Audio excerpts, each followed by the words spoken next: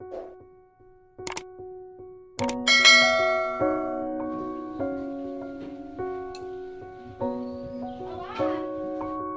বন্ধুরা, তোমরা কেমন আছো? সবাই আশা করি ভালোই আছো। তো আজকে আমি বানাবো আমের টক মিষ্টি ঝাল। চুলা হয়ে গেছে, ছুলতেছি আমি। এখন ছুইটা আমি কাটে নেবো, আর এটাকে আমি ফালতি করবো, চাল ফালা। এই যে দেখো, সুন্দর করে কাটে নিলাম। এইভাবে তোমরাও কাটে নিবা। আর এইটা খাইতে অনেক টেস্ট হয়। এখন আমি শুকনো লঙ্কা নিলাম, জিরা নিলাম, আর পাঁচফোড়ন নেব, নিয়ে আমি এটা সুন্দর করে ভাজা নেব। সুন্দর করে ভাজা হয়ে গেলে এটা আমি নামাই নেব।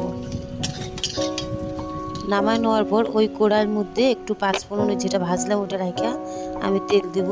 তেল দিয়ে শুকনো লঙ্কা, একটু সর্ষা, তারপর তেজপাতা দিয়ে এটা ভাজে, তাহলে আমটা দিয়ে দেবো। আমটা দেওয়ার পর আমি একটু ঢাকা দেবো। আর বাকিতে যেটা ভাইজা রাখছি ওইটা আমি বাইটা নেব।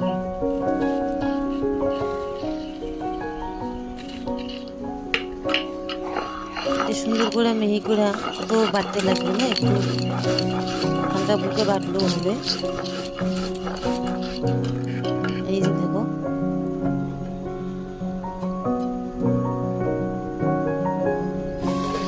তারপরে আমের মধ্যে আমি লবণ, হলুদ, একটু শুকনো লঙ্কার দিয়ে আমি একটু ভালো করে নাড়িয়ে নেওয়ার পরে ঢেকে দেবো। তারপর আবার মিশিয়ে করে এখানটা জল দিয়ে দেবো, বেশি না, সামান্য একটু জল। তারপরে চিনি, আধা কেজির একটু কম চিনি।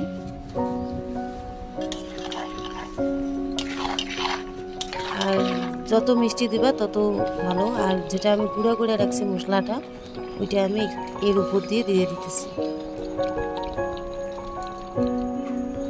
তো হয়ে গেল আমার আমের টক মিষ্টি ঝাল।